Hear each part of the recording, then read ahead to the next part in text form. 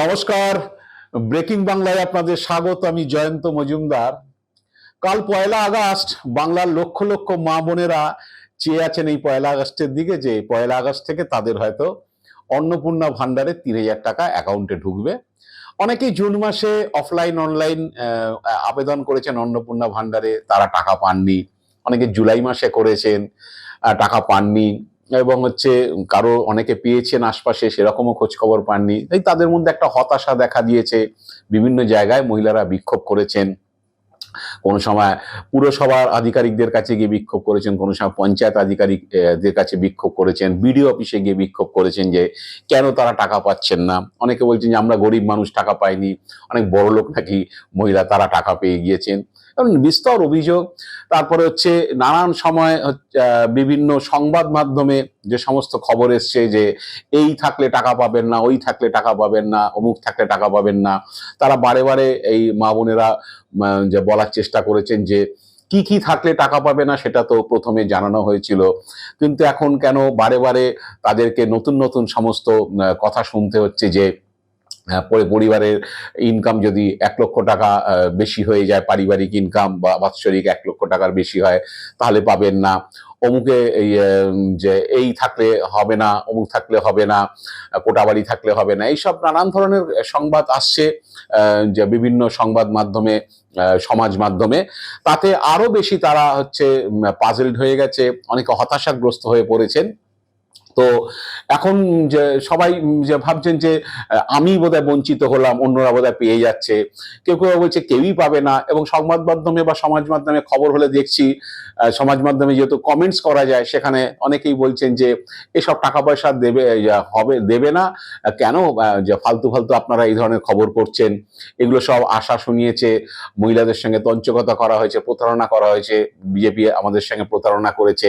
নানান ধরনের মন্তব্য। কেউ কেউ বলছেন যে হ্যাঁ দেওয়া হবে, লোকসভা ভোটের আগে সবাইকে দেওয়া হবে, আবার বিধানসভা ভোটে যখন আসবে তখন সবাইকে দেওয়া হবে, এখন কাউকেই দেওয়া হবে না। এই সমস্ত কথাবার্তা। তো এই একটা হতাশাজনক কথা, কোথাও বিক্ষোভ। তার মধ্যে আমি যেটা থাম্বনেল করেছি যে মানুষ যখন হয় না যে কোথাও কেউ যখন নদীতে পড়ে যায় বা জলে পড়ে যায়, তখন খড়কুটো আঁকড়ে ধরার চেষ্টা করে। তো সেই রকমই হয়েছে যে অন্নপূর্ণার মা বোনেদের এখন করুণ আর্তনাদ বিভিন্ন জায়গায় বিভিন্ন মাধ্যমে প্রকাশ পাচ্ছে।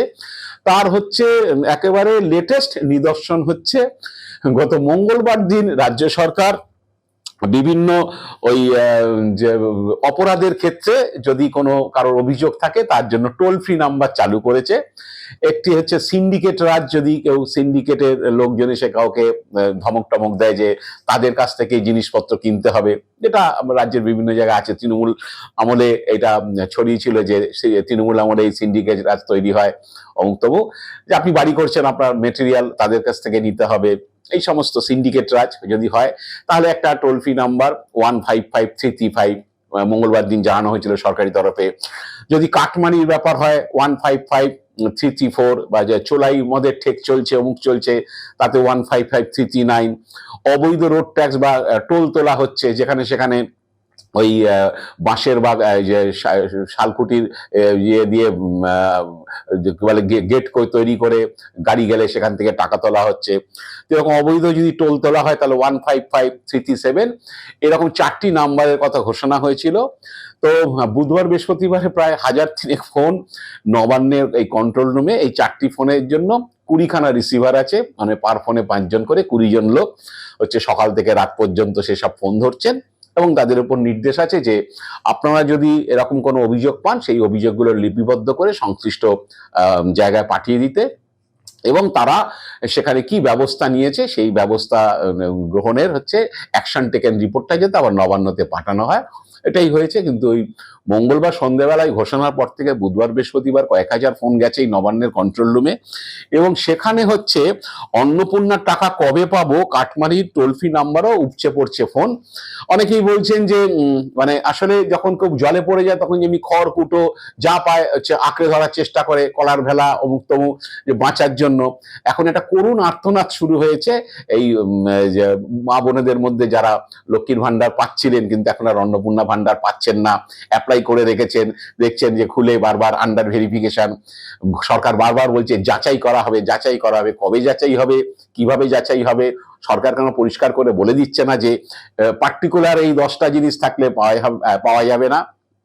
সরকার কিছু বলেছিল, সেটা হচ্ছে যে সরকারি কর্মচারী, সরকারি পরিবারের যদি কেউ সরকারি কর্মচারী থাকে, সরকারি পেনশন পায়, আয়কর দেয়, এসব কিছু ক্রাইটেরিয়া বলা হয়েছিল। পরবর্তীকালে আবার বলেছিল যে যদি প্রথমে ছিল প্রার্থীর নিজের, পরে ছিল যে পরিবারের যদি কেউ সরকারি কর্মচারী হয়, সরকারি পেনশন পায়, তাহলে বা প্রার্থী নিজে যদি কোনো সরকারি স্কিমে থাকে, এসবে পাবেন না। কিছু কিছু অ্যাডেড হয়েছে।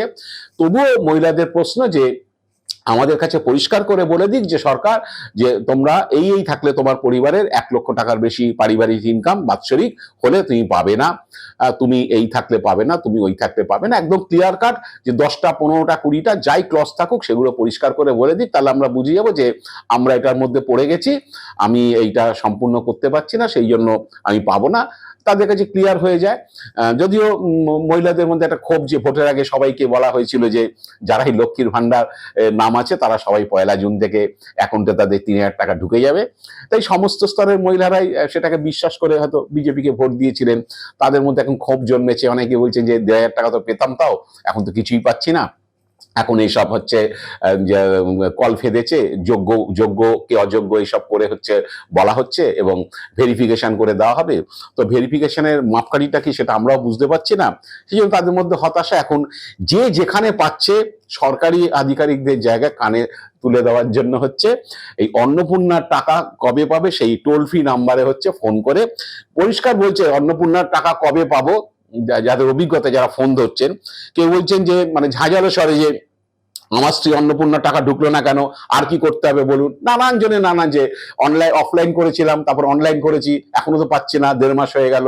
এইসব ধরনের যে কারণের জন্য সিন্ডিকেট রাজ, কাটমানি, চোলাই মদের ঠেক, অবৈধ টোল ট্যাক্স এইসবের জন্য দেওয়া হয়েছিল সরকারের তরফে। শুভেন্দু অধিকারী চেয়েছিলেন মুখ্যমন্ত্রী যে এইসব যদি কোথাও ঘটে সেটা তাহলে টোল ফ্রি নাম্বারে জানাক, নবান্নে সেটা পৌঁছে যাবে, তারপরে সংশ্লিষ্ট পুলিশ হোক, অন্য আধিকারিক যেখানে যাই থাকুক, তাদেরকে সেটা পাঠানো হবে যেখান থেকে একটা কমপ্লেন এসছে, আপনারা যাচাই করুন, যাচাই করে নবান্নকে রিপোর্ট দিন যে এটাকে কি অ্যাকশন না হয়েছে। এবার হয়ে গেছে উল্টো, সেখানে সব অন্নপূর্ণা ভান্ডারের নাম্বার চলে গেছে। কেউ কেউ আবার বলছেন যে আয়ুষ্মান ভারত কবে পাবো, কেউ বলছেন যে বার্ধক্য ভাতা তো এখনো পেলাম না, এইসব ফোনও আসছে।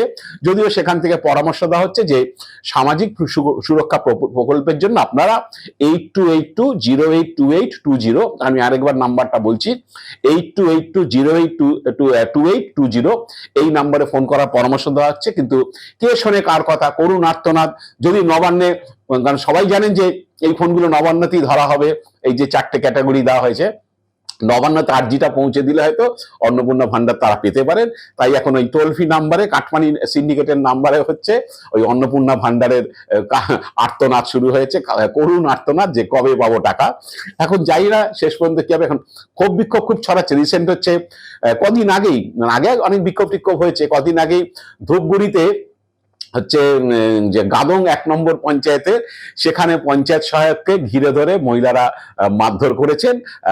তো এত ক্ষোভ তাদের যে এরাই নাকি ফর্ম ফিল আপ করেছেন, কিন্তু এদের অপদার্থতা, অকর্মণ্যতার জন্য তারা অন্নপূর্ণা ভান্ডার পাননি, এরকম একটা তাদের মধ্যে বিশ্বাস তৈরি হয়েছে।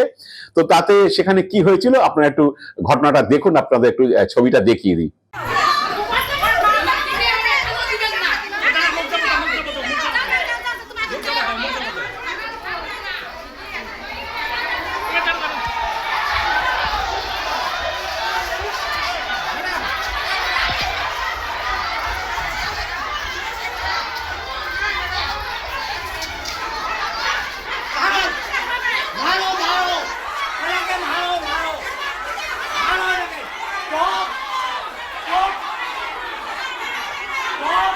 আপনারা দেখলেন যে ক্ষোভ কোন পর্যায়ে পৌঁছেছে। পঞ্চায়েত সহায়ক তিনি বাদ যাচ্ছেন না।